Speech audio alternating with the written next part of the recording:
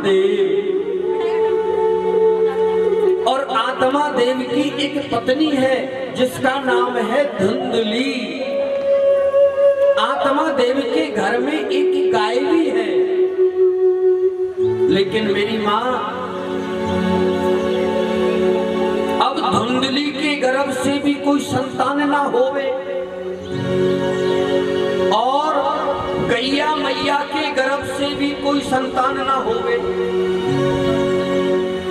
और जो पड़ोसी होते हैं ना, पड़ोसी, वो पड़ोसी कैसे कैसे होते हैं,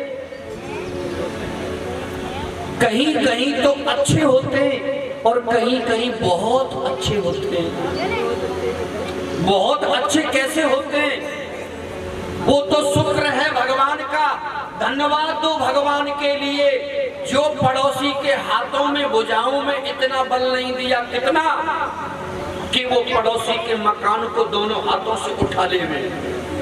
ये धन्यवाद है ठाकुर जी का कि हे ठाकुर जी, आपने पड़ोसी की भुजाओं में इतना बल नहीं दिया कि वो पड़ोसी के मकान को उठावे। अगर इतना बल दे देता तो पड़ोसी बहुत अच्छा होता है ना, वो इतना ही अच्छा होता है कि दोनों हाथों से पड़ोसी के मकान को उठावे और नीदर बाहर करके फेंका।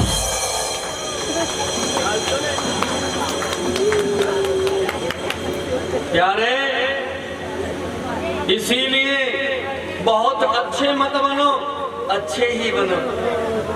एक दूसरे की सुख दुख में काम आओ। अच्छे बनने में जो आनंद है वो बहुत अच्छे में आनंद नहीं है। अब बहुत अच्छे आत्मा देव के पड़ोसी थे और 4 लोग आए और आत्मा देव से क्या बोले पता है? आत्मा देव जी, ओ पंडित जी, 10 वर्ष हो गई, हमने तो आपके घर में कभी बच्चे की कोई किलकारी नाए सुनी। दूसरा पड़ोसी बोला, ओ पंडित जी, 5 वर्ष हो गई, हमने तो तुम्हारी गाय को कभी दूध देते हुए नहीं देखा।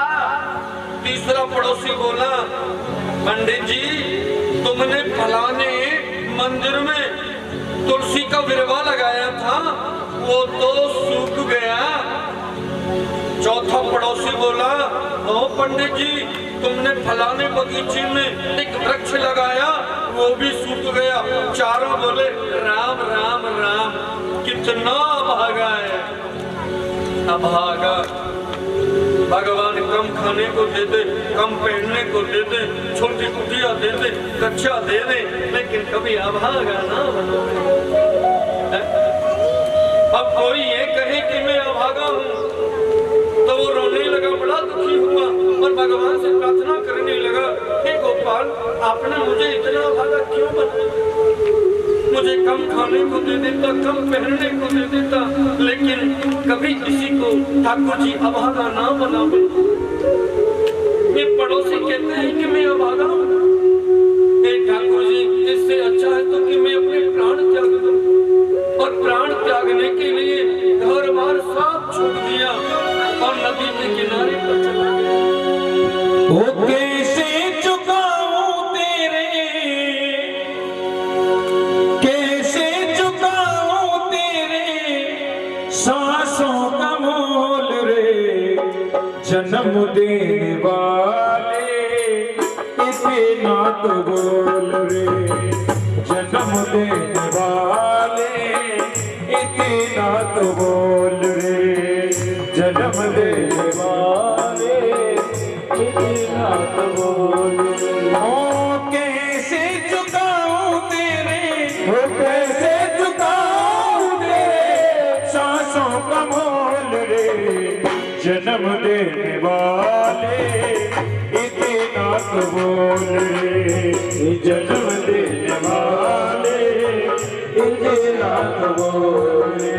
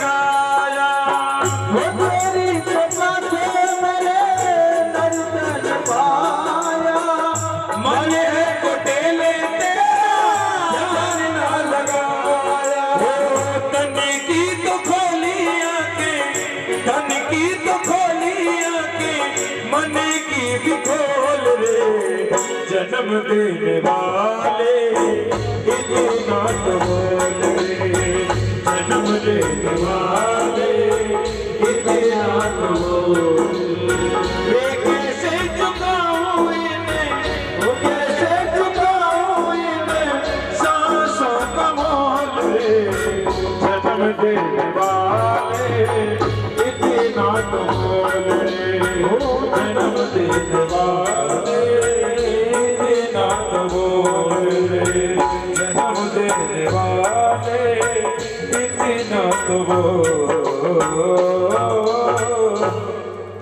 और प्यारे नदी के किनारे पर जाकर के खड़े हो गए और भगवान से कह रहा है कि मैं अपने प्राण त्याग दूंगा। अब एक तो ठहरे ब्राह्मण और दूसरे महात्मा जी वहां से गुजर करके जा रहे हैं। अब तो महात्मा जी को स्वभाव तो जानते हैं मेरी माँ कि जो महात्मन स्वभाव होता है उनका जो हृदय होता है बड़ा कोमल होता है, उनके हृदय में बड़ी कोमलता होती है। निर्मल मन जन सो मोहि पावा, मोहि कपट छल छिद्र न भावा। भगवान को मात्र उनको उनका भाव चाहिए, छल और कपट उनको नहीं चाहिए। तो महात्मा जी का जो हृदय है बड़ा कोमल है और बड़े तपस्वी है। महात्मा जी ने देखा कि अरे रे एक ब्राह्मण और नदी के किनारे पर अपने प्राण त्यागने के लिए खड़ा है। सो महात्मा जी चले गए। अब महात्मा जी का स्वभाव कैसा होता है मेरी मैया? एक महात्मा जी नदी में स्नान कर रहे थे और स्नान करते करते करते करते एक बिच्छू बहता हुआ आया, तड़प रहा है, प्राण निकलने वाले। महात्मा जी ने देखा राम राम राम, देखो ये बिच्छू मर जाएगा। सो महात्मा जी ने बिच्छू को बचाने के लिए अपने हाथ में लिया।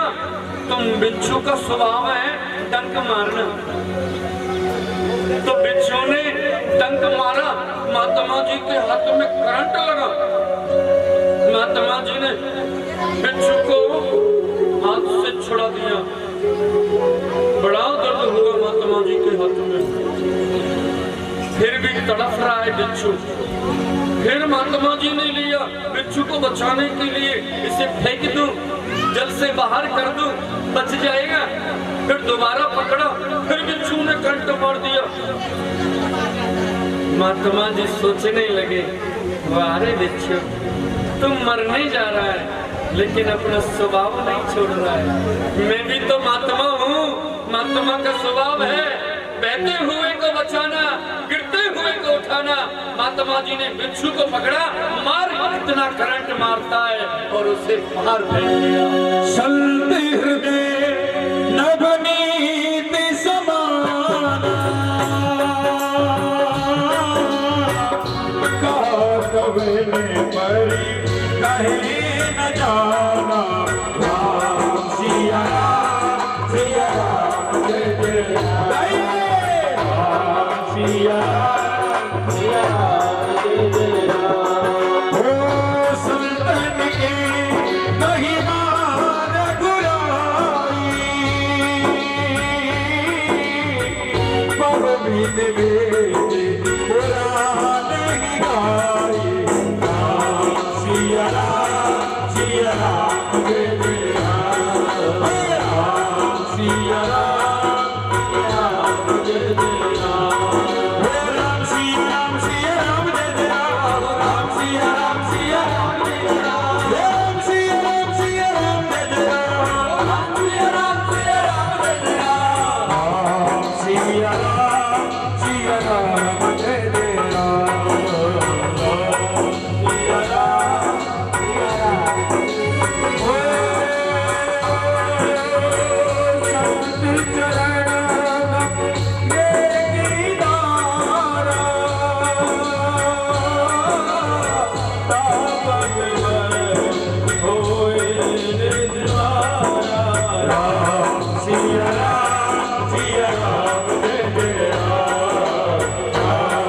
सिया राम जय जय राम। पंडित जी से पूछा महात्मा जी ने, कथम रोदिसी विप्र त्वयं काते चिंतावली यसी। कर्म कांडी नजर आते हो हाँ लेकिन उदास नजर आ रहे हो, क्या बात है? प्रोग्राम ये विप्र बोलो। लेकिन पंडित जी महाराज से जब महात्मा जी ने पूछा कि यहाँ आप कैसे खड़े हो, बड़े उदासी हो, तो ब्राह्मण देव ने कहा, हे महात्मा मैं अपने प्राण त्यागना चाहता हूँ। ब्राह्मण होकर इतना महाज्ञानी, इतना कर्मकांडी होकर के और अपने प्राणों का परित्याग करना चाहते हो? नहीं नहीं नहीं, आप तो महाज्ञानी हो। और ब्राह्मण होकर के भी बोले क्या चाहिए आपको? बोले 10 वर्ष हो गए मेरी पत्नी पे कोई संतान नहीं होते और मेरी एक गाय है 5 वर्ष हो गए उस पे भी कोई संतान नहीं है। लोग आते जीने नहीं देते, मुझे अभागा कहते। अच्छा आपको अभागा कहते? तो महात्मा जी ने उनकी मस्तक रेखा को देखा, एक जन्म नहीं, हे विप्रदेव 7 जन्मों तक आपको संतान का सुख नहीं। एक जन्म तो क्या 7 जन्मों तक संतान का सुख नहीं है। क्या करोगे संतान लेकर के? संतान नहीं होती है तो 5 वर्ष रुलाएगा, 5 वर्ष रोना पड़ेगा। और हे विप्रदेव अगर संतान हो भी गई, क्या गारंटी है कि वो सुपुत्री हो, वो कुपात्र भी हो सकता है और होने के बाद वो जन्म तक रुलाएगा। इसीलिए अपने लड्डू गोपाल को, अपने गोविंद को ही बेटा मान लो। संसार के बेटा कभी निहाल नहीं करते, लेकिन जो मेरे गोविंद हैं जिन्होंने उन्हें अपना बेटा मान लिया, वो सबको आनंद में कर देते हैं। क्या करोगे बेटा लेकर के? बोले कि नहीं मुझे तो बेटा चाहिए। महात्मा जी के चरण पकड़ लिए। महात्मा जी बोले अरे अरे अरे चरण छोड़ो। बोले कि तब तक नहीं छोड़ूंगा जब तक आप मुझे पुत्र प्राप्ति का फल नहीं दोगे। महात्मा जी बड़े तपोबली थे, बड़े तपस्वी थे, करुणा भरी भाव से और एक फल लेकर के 100 ब्राह्मण को विप्र को दे दिया। जाओ अपनी पत्नी को खिलाना और उनसे कहना कि वो एक समय भोजन करें, अपने आप को पवित्र रखें और कभी भी कपट छल उनके मन में ना हो। जाओ पुत्र होगा। वो फल लेकर के प्रणाम किया महात्मा जी को और चले गए। मोर वचन पड़ी जाए चाय फीका, मोर वचन पड़ी जाए चाय फीका, संत वचन पाथर की लीका, संत वचन पाथर की लीका, मोर वचन पड़ी जाए चाय फीका, मोर वचन पड़ी जाए चाय फीका। लेकिन क्या कहा? बोले कि हे ब्राह्मण में ठहरो, अगर काश जितना तुम स्नेह संसार में संसार के संबंध से कर रहे हो, अगर इतना प्रेम तुम गोविंद से करते तो भव से पार हो जाते।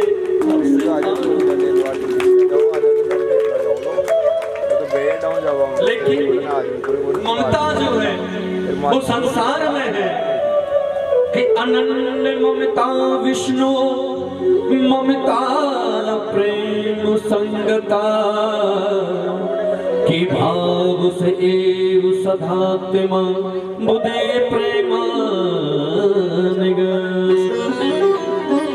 अगर संसार के लोगों से जितना तुम प्रेम करते हो उतना अगर परमात्मा से करते तो आनंद ही आनंद हो जाता है, लेकिन नहीं, उन्हें तो पुत्र चाहिए। फल को लेके महात्मा को प्रणाम किया तो सीधे अपनी धर्म पत्नी के पास चले गए। देवी, ओ देवी, धुंधली चली आई। बोले कि जोहरी करो ना। तो जैसे धुंधली ने जोहरी करी उनको फल दे दिया, लो खा लो।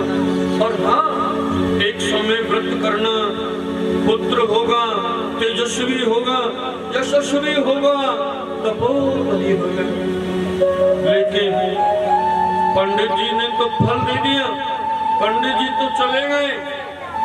पंडितानी ने क्या सोचा, राम राम राम, अगर मैं फल खाऊंगी तो मेरा उदर भारी हो जाएगा, किसी पिकनिक में तो जा ही नहीं पाऊंगी। और चलो वो भी छोड़ो, मैंने किसी संतान को जन्म दूंगी तो मैं तो पड़ जाऊंगी जापे में। आएगी ननद और मेरे घर के कीमती सामान को पड़ोस के घर में छुपा देगी। राम राम। मन में सोचने लगी और वो फल नहीं खाया और गैया मैया को खिला दिया। बोलो राधे, गैया मैया को खिला दिया। सो गैया और माँ बन गई। पंडित जी ने पूछा, देवी फल खाया? हाँ हाँ, क्यों नहीं, खा लिया। कभी भी पत्नी को मेरी माँ पति से झूठ नहीं बोलना चाहिए। कान पकड़ो, आज के बाद हम कभी भी अपने पतियों से झूठ नहीं बोलेंगी।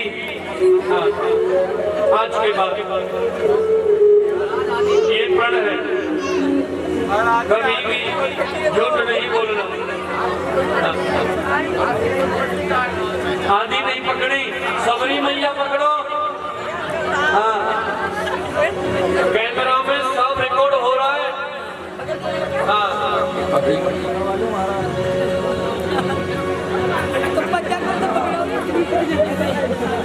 बोलिए राधे राधे। और प्यारे, पति से झूठ बोल दिया, पति ने विश्वास कर लिया, खा लिया होगा।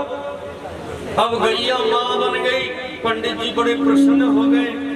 अब वो पत्नी ने, पंडितानी ने क्या किया, उसकी एक सहेली थी, सहेली को बुलाया और कहा कि बहना, तेरे तो 4 पुत्र पहले से हैं और 5वां तेरे उदर में है। मैं इसके बदले में बहुत धन दे दूंगी, ये मुझे दे देना।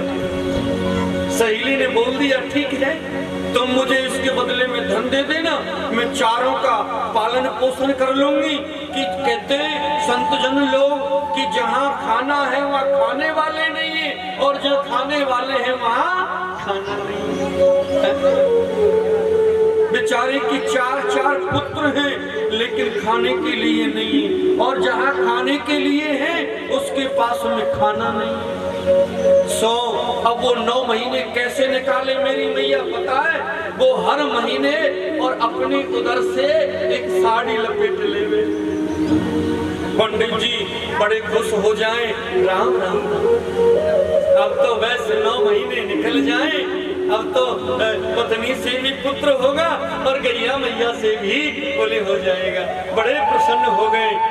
सो गैया मैया के गर्भ से हकीकत में ही वो तो पुत्र ही हुआ, क्योंकि संत प्रसाद जो था सारा शरीर मनुष्य जैसा था, लेकिन जो कान थे ना वो गाय मैया जैसे थे। इसलिए गौ प्लस करण, गौ माने गौ माँ, प्लस करण, उनका नाम रख दिया पंडित जी ने गौकरण। बोलिए गौकरण जी महाराज की जय। और इधर जब सहेली के पुत्र हुआ तो धुंधली ने अपनी साड़ी पेट से निकाली ऊपर से और पुत्र ले लिया पड़ोसिन सहेली से और बोल दिया, बोले मेरे गर्भ से पुत्र हुआ है। पंडित जी महाराज बड़े प्रसन्न हो गए, एक एक नहीं 2-2 पुत्र हो गए, पूरे गांव में लड्डू बंटवा दिए। धुंधली क्या सोच रही है कि जो गौ माता है उसका पुत्र का नाम रख दिया गौकर्ण, लेकिन जो धुंधली है उसने सोचा कि मैं भी अपने पुत्र का ऐसा ही नाम रखूंगी जिसमें माँ का नाम पहले आ जाए, क्योंकि गौकर्ण का नाम से पहले माँ का नाम गौ आ रहा है। तो इसीलिए उन्होंने सोचा मेरा नाम है धुंधली, तो उसने सोचा धुंध प्लस कारी, तो नाम रख दिया धुंधकारी। अब धुंधकारी तो धुंध मचाने लगा। दोनों पाठशाला जाया करते थे। गौकर्ण जी महाराज तो वो तो शिक्षा प्राप्त किया करते थे, धुंधकारी तो वन वन वन वन भटकता था। थोड़ा और बड़ा हुआ नशे की लत में पड़ गया, थोड़ा और बड़ा हुआ तो कुत्तों को संग में, और बड़ा हुआ तो बेश्याओं का संग करने लगा। और अब तो कहीं घर को देखो, घर को पंडित जी महाराज ने देखा और भगवान से प्रार्थना कर रहा था, हे ठाकुर जी ये आपने क्या किया? स्वर्ग जैसे घर को मेरे पुत्र ने नरक बना दिया। कहीं शराब की बोतलें पड़ी हुई हैं तो कहीं मांस के टुकड़े पड़े हुए हैं। हे भगवान इससे अच्छा नहीं होता तो ही ठीक था, तो ही ठीक था। बड़ा दुखी। लेकिन आज गौकर्ण जी महाराज ने कहा, बोली कि पिताजी इस संसार में मैंने आपसे कहा था ना कि कुछ भी नहीं है, इसीलिए कहा गया है कि चले रे हंसा अमरे लोक को और कोई नहीं अपना है, और जग वालों का हुआ अंधेरा और अपना हुआ सवेरा है। कोई नहीं है।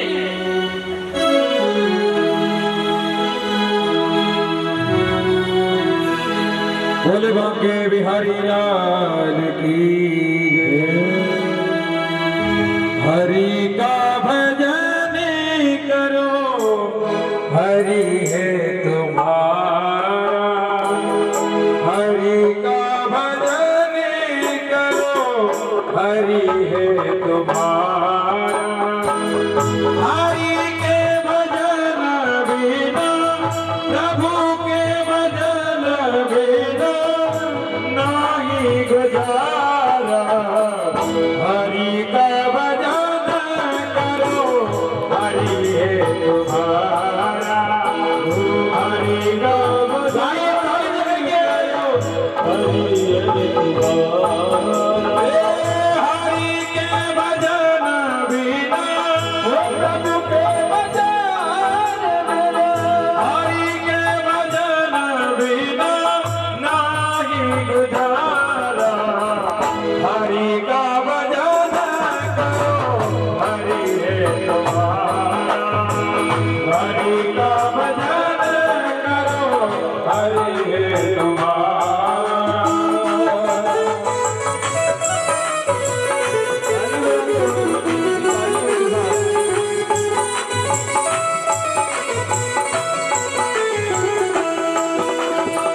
हरि नाम से तेरा काम बनेगा, ओ हरि नाम से तेरा काम बनेगा। ये हरि नाम ही तेरे साथ चलेगा, ओ प्रभु नाम ही तेरे साथ चलेगा। ये हरि नाम लेने वाला, हरि नाम लेने वाला, हरि का है प्यारा।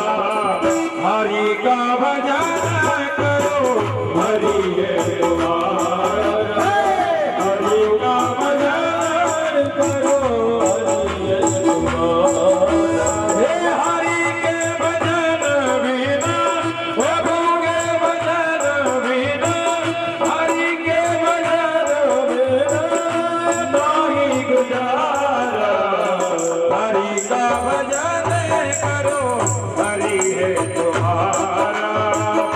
हरि का भजन करो हरि है तुम्हारा।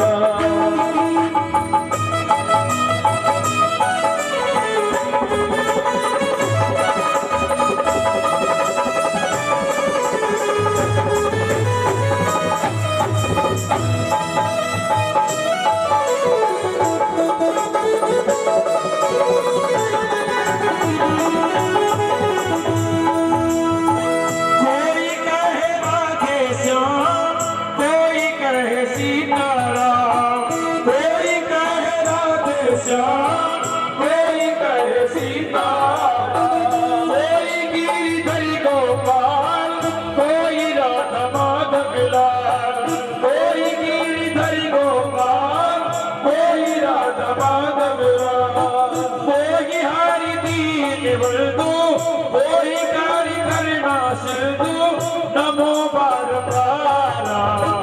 हरि का भजन करो हरि है तुम्हारा। हरि का भजन करो हरि है तुम्हारा। हरि का भजन करो हरि है तुम्हारा।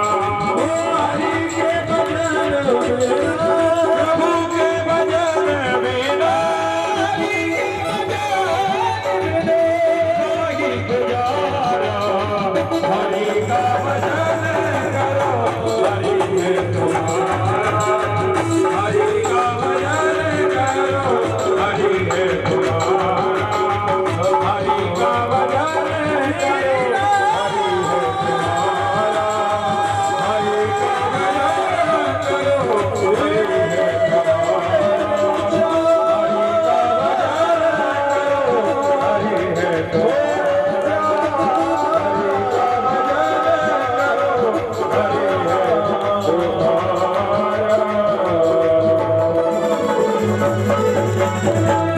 हरि का भजन करो हरि है तुम्हारा।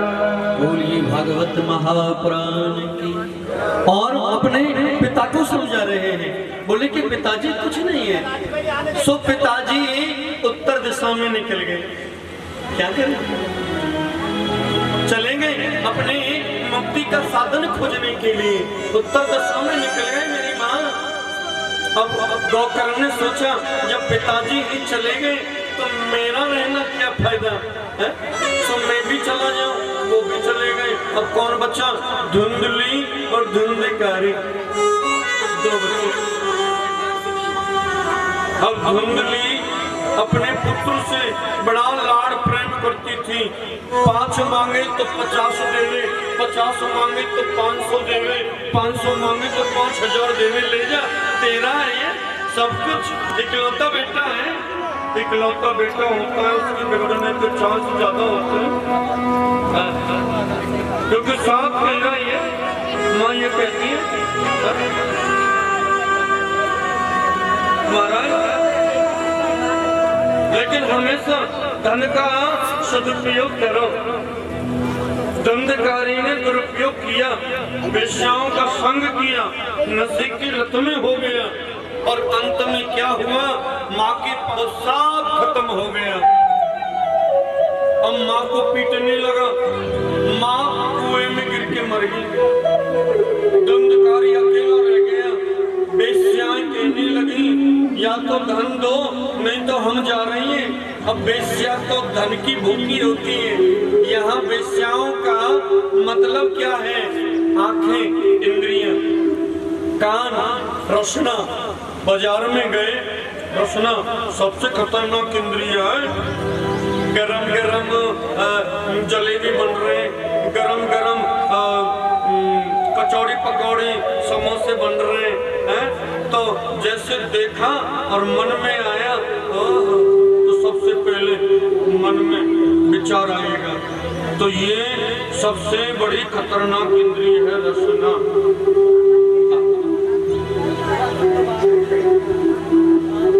कि मन मरा न माया मरी और मर मर गया शरीर, और आशा तृष्णा ना मरी और और कह गए दास कबीर। इसीलिए भगवान का भजन करना चाहिए।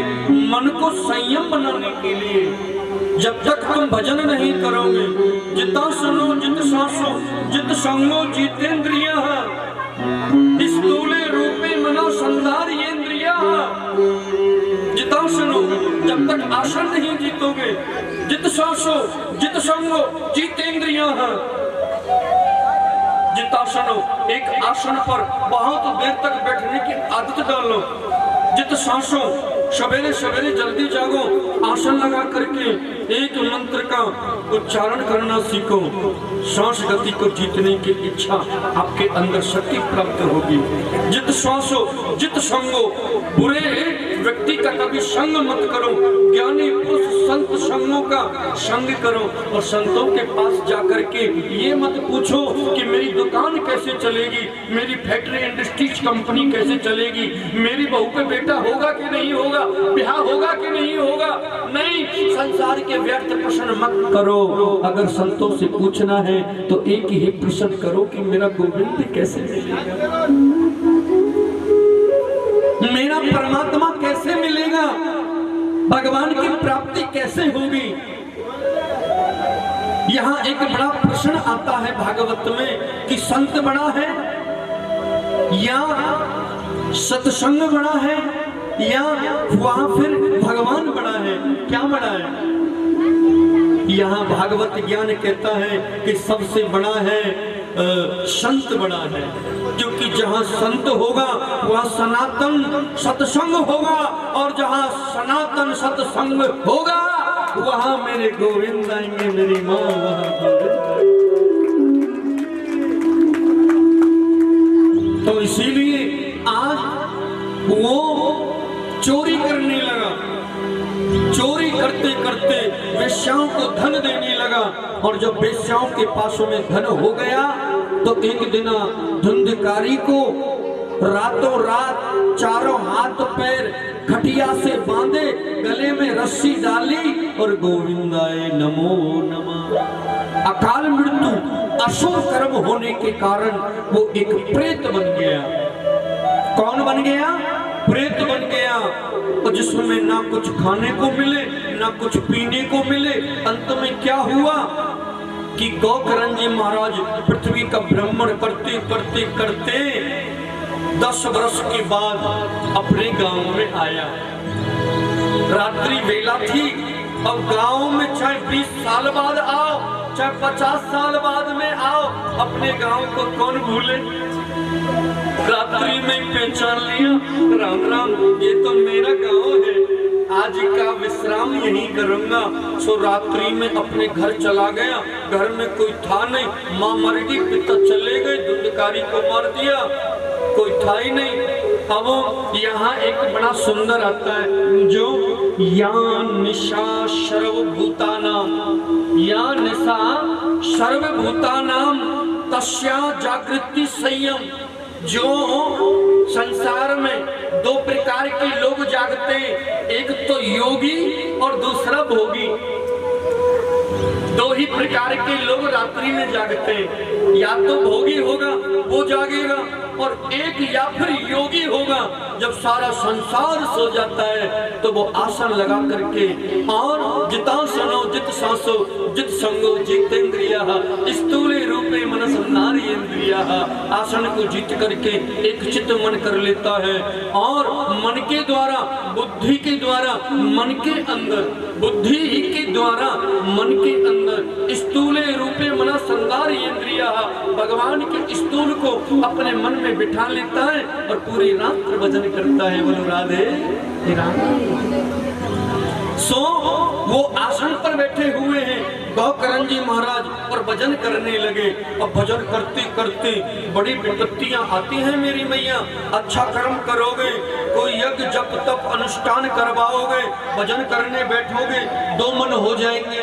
हम बोलेंगे गोवर्धन जा रहे हैं, वृंदावन जा रहे हैं, परकम्मा दया में हरिद्वार चले जाएं, द्वारका चले जाएं, अयोध्या ना चले जाए, मन दो हो जाते, एक मन बोलेगा बस की ना है, मन दूसरा बोलेगा नहीं नहीं जाएंगे, दो मन हो जाते हैं ना।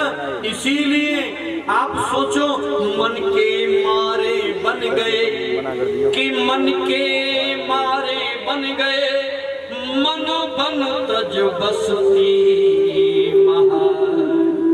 जब तक संसार में रहो, चाहे परिवार में रहो, चाहे फ्लैट में रहो, चाहे हवाई जहाज में रहो, चाहे ट्रेन में रहो, चाहे जंगल जंगल में रहो, लेकिन जब तक मन अगर वन नहीं बना, मन अगर वन नहीं बना तो व्यर्थ है। क्या मतलब है?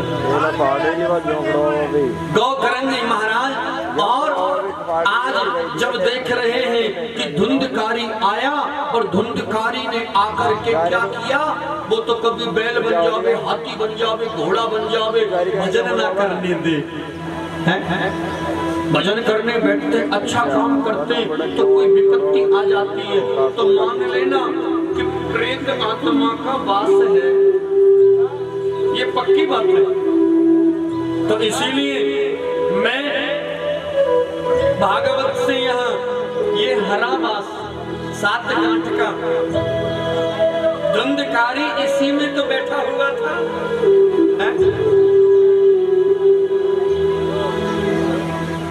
भजन ना करने देवे, धुंधकारी आ गया, कभी बैल बन जावे, कभी हाथी घोड़ा बन जावे।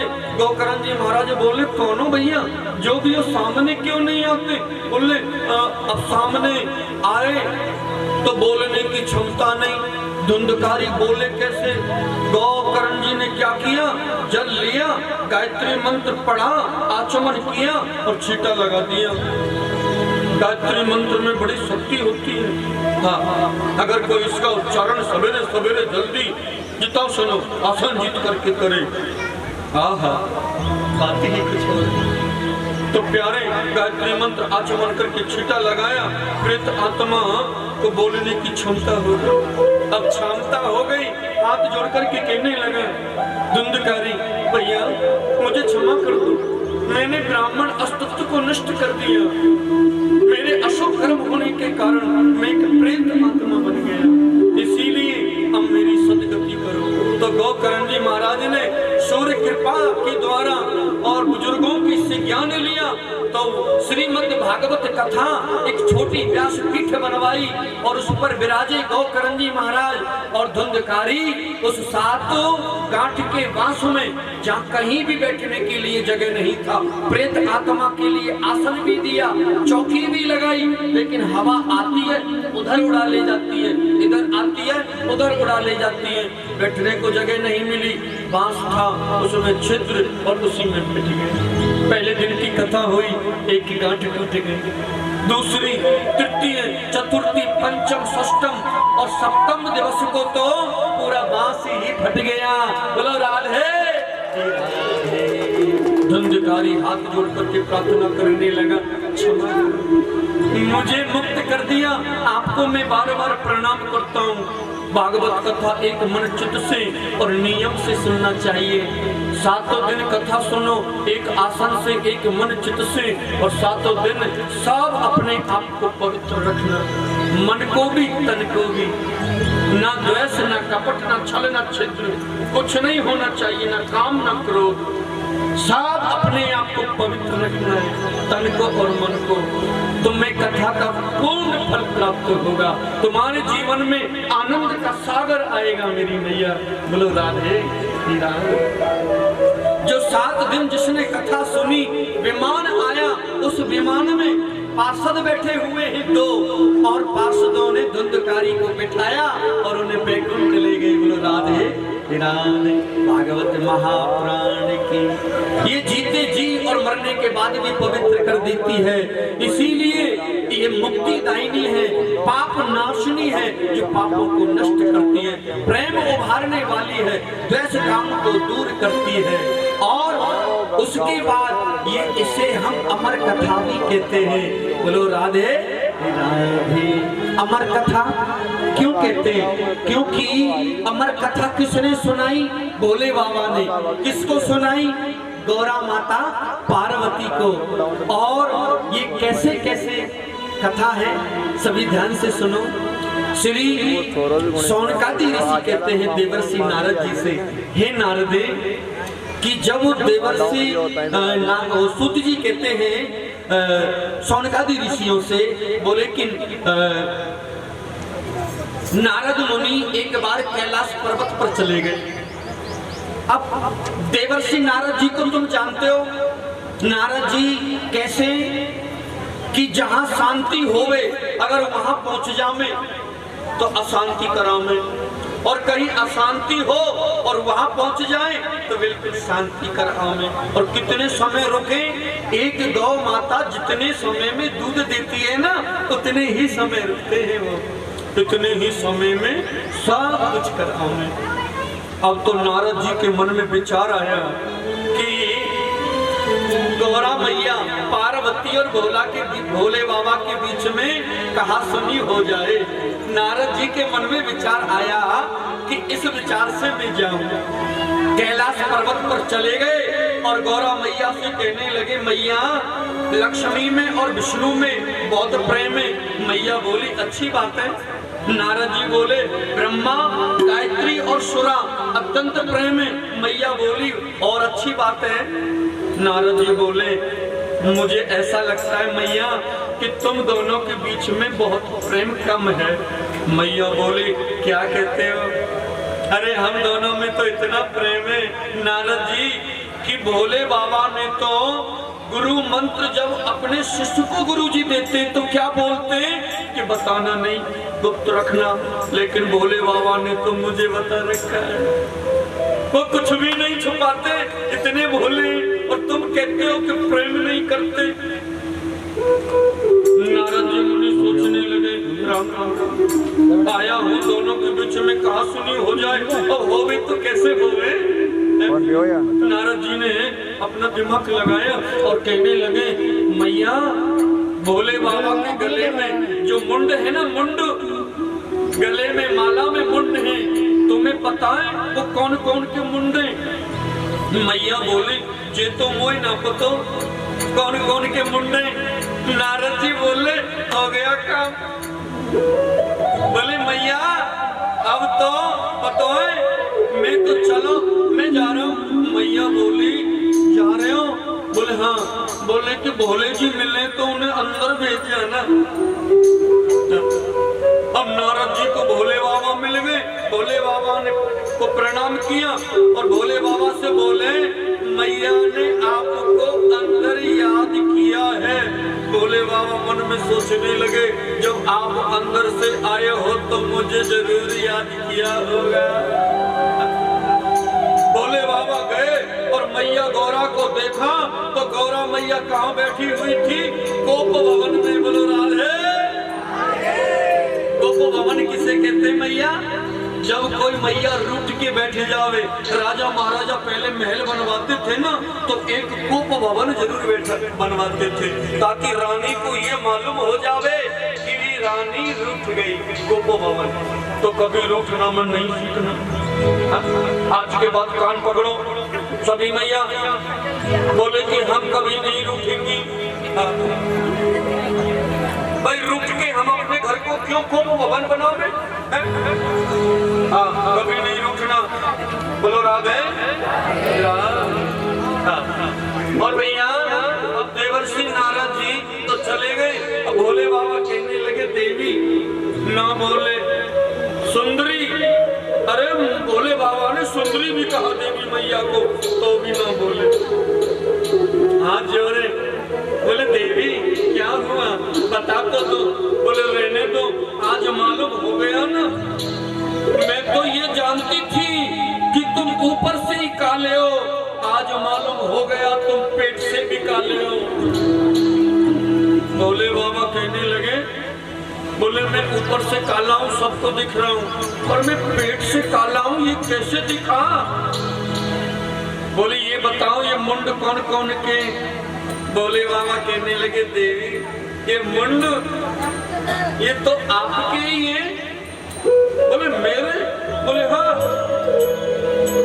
बोले मेरे कैसे? बोले देवी 108 बार आपका जन्म हुआ और प्रत्येक जन्म में आपका और मेरा विवाह हुआ। आपने हर जन्म में देह छोड़ा और हर जन्म का आपका मुंड लेके और मैंने अपनी माला में पिरो लिया।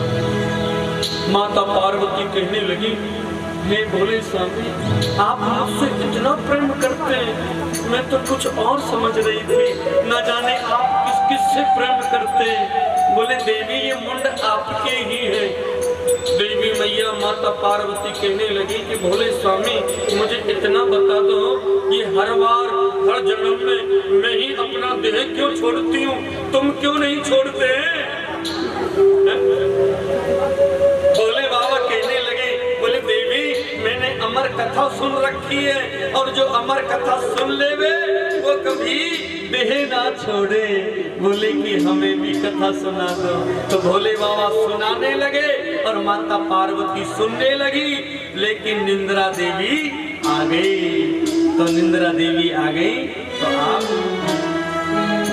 हरि कथा सुनावे पार्वती को शिव शंकर भगवान। सुनते सुनते अमर कथा को बंदी हो गए कान, उमा के पड़ गए सोता, हो गया दे रहो तोता। उमा के पड़ गए सोता, हो गया दे रहो तोता। कथा सुनावे पार्वती को शिव शंकर भगवान। कथा सुनावे पार्वती को शिव शंकर भगवान। सुनते सुनते अमर कथा को बंदी हो गए कान, अरे हाँ बंदी हो गए कान। उमा के पड़ गए सोता, हो गिरा मेरा तोता। उमा के पड़ गए सोता, हो गिरा मेरा तोता।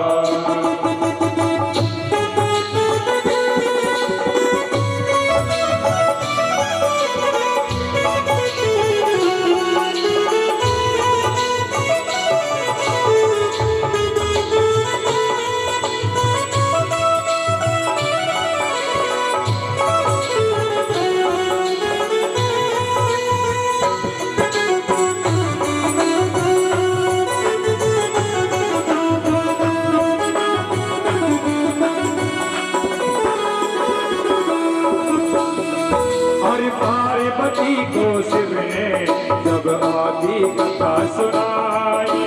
पार्वती को शिव ने जब आदि कथा सुनाई। पेड़ पे सुन रहो तोता जब आवाज लगाई।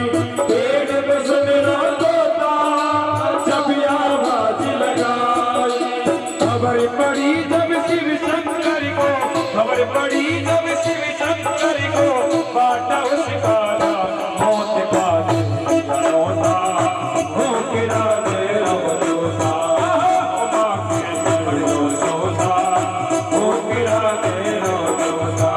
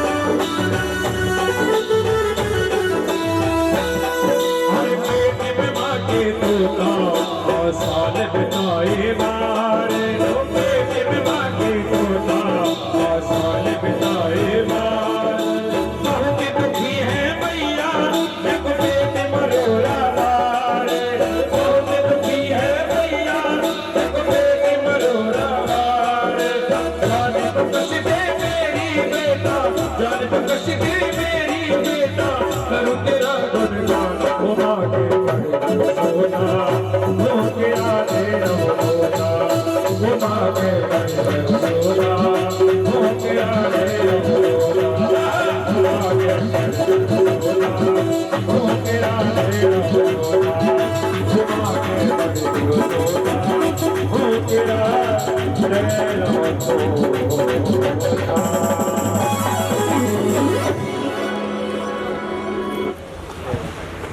भोले बाबा कथा सुनाने लगे और मैया सुन रही है।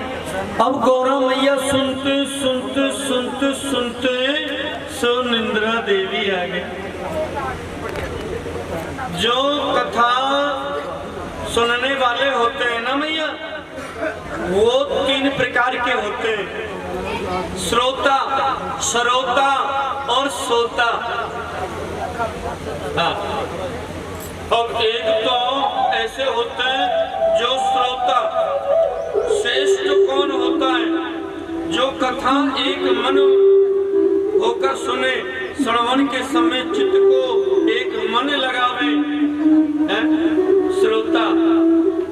और श्रोता और सोता, एक जो दोनों कानों से सुने और घट में उतार लेवे, श्रोता। और एक होता है सरोता, सरोता। वो कैसा होता है? थोड़ी देर यहाँ सुनी, अब उसकी सहेली आके देखा, यहाँ से खड़ी हुई और सीधे फिर वहां चली गई। हाँ, थोड़ी देर वहां बैठे और वहां से खड़े हुए, वहां देखा, बोले वहां सहेली लोग दूसरी भी आ गई, वहां से खड़े हुए फिर यहाँ आकर के बैठे। और एक होता है सोता। सोता कैसा होता है?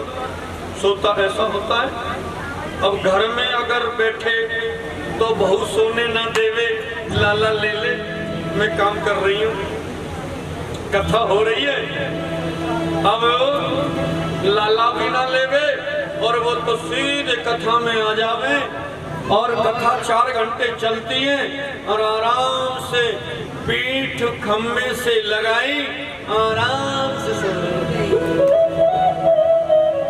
और फिर पूछे बहू, मैया कथा कैसी हुई? महाराज जी इतनी अच्छी कथा सुनाते हैं, मीठी नींद आ जाती है, वो होती है सोता। तो इसीलिए भोजन 7 दिन तक कम खाना। हाँ, अगर जो 4 रोटी खावे वो 2 ही खा के आना। हाँ, क्यों? क्योंकि नींद नहीं आएगी। हाँ, और जो 6 बजे जागे ना, वो 5 बजे ही जागना, क्योंकि घर का काम जल्दी करना है? कथा में टाइम से आना है?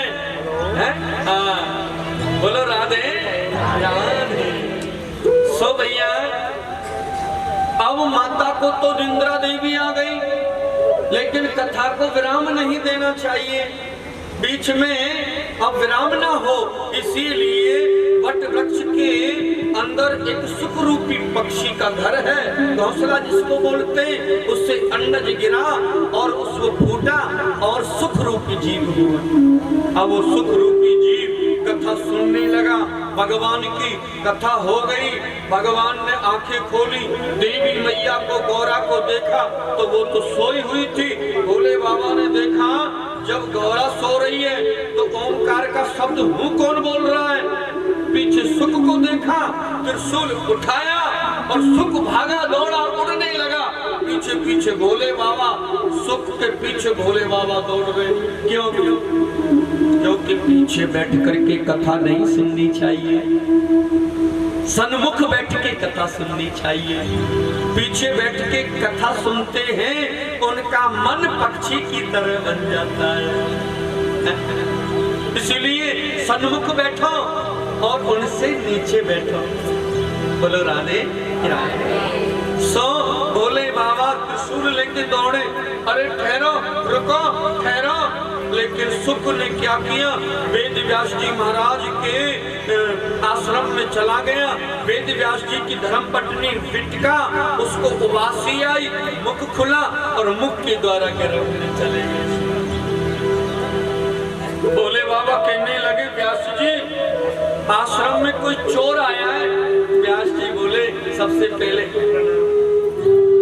बोले बाबा प्रणाम, और दूसरी बात ये है, आश्रम में चोर आकर के क्या करेगा, आश्रम में धन तो है नहीं, ज्ञान है, ज्ञान को कोई चुरा नहीं सकता, इसीलिए आप ही बताओ। इतनी देर में बिटका के गर्भ से आवाज आने लगी, भोले बाबा को प्रणाम। भोले बाबा कहने लगे, किधर से बोला? अरे किधर है? बोले प्रणाम। अरे किधर है? बिटका ने बोला, मेरे उधर से आवाज आ रही है। व्यास जी ने उधर में क्यों बैठ गए? भोले बाबा ने देखा, ओ उधर में बैठ के छुप गए, बाहर निकलो। नहीं निकलूंगा, क्योंकि मैंने अब कथा सुन ली और कथा में ये सार आता है कि ये संसार का नियम है, जो हो रहा है वह अच्छा होगा, जो हो चुका वो अच्छा हो चुका। आज हमारा है, वो कल किसी और का था, और आया है, सबको जाना है। वैराग्य हो गया, त्याग हो गया। भा का मतलब भक्ति, वा भा का वा ता, भा का मतलब भक्ति और दा का मतलब ज्ञान, वा का मतलब वैराग्य और ता का मतलब त्याग। चारों हृदय में बैठ गए भागवत कथा को सुनने से। वैराग्य हो गया, त्याग हो गया, भक्ति बैठ गई, ज्ञान हो गया। अब क्या चाहिए? अब कुछ नहीं चाहिए। इसलिए अब मैं संसार में नहीं आना चाहता, गर्भ में ही भजन करूंगा। गर्भ को ही उस सुखदेव ने गर्भ को मंदिर बना दिया, मेरी माँ उस गर्भ को मंदिर बना दिया। लोग 50-50 साल की उम्र लेकर के बैठे हैं, वो अपने घर को मंदिर नहीं बना सके, लेकिन एक शिशु ने भगवत के ज्ञान से और उसके गर्भ को मंदिर बना दिया। 12 वर्ष के बाद जब भगवान की तपस्या पूर्ण हो गई तो ठाकुर जी ने उनको आशीर्वाद दिया, जाओ वत्स, हम तुम्हें आशीर्वाद देते हैं कि तुम माया के दास नहीं बनोगे, तुम मेरे नाम के दास बनोगे। तब जाकर के वो 12 वर्ष के बाद और वो गर्भ से बाहर आए। बोलिए श्री सुखदेव जी महाराज की, श्री भागवत महापुराण की जय, गुरुवर श्री नाथ जी महाराज की जय, बांके बिहारी लाल की, राधा रानी सरकार की, शंकर भगवान की जय, नरवस्ती माता की जय, भक्त और भगवान की जय। आए हुए सभी भक्तों को हमारे मंडल की तरफ से राधे राधे। इसीलिए श्रीमद् भागवत कथा आज विश्राम यहीं, और सभी अपने माता पिता को, अपने गुरुजनों को, अपने कुल देवी देवता इष्ट को, आराध्य देव को, सभी को प्रणाम करो और अपने जो सन्मुख है उसे हाथ से लगा करके पृथ्वी को और अपने सिर से लगाओ और प्रणाम करो। बोलो राधे राधे। कथा का समय 1 से 5, समय से आना, समय से जाना। बोलो राधे। कह दो बांके बिहारी लाल की। हम सभी नाच कर झूम कर के भजन का आनंद लेंगे, उसके बाद में आरती करेंगे।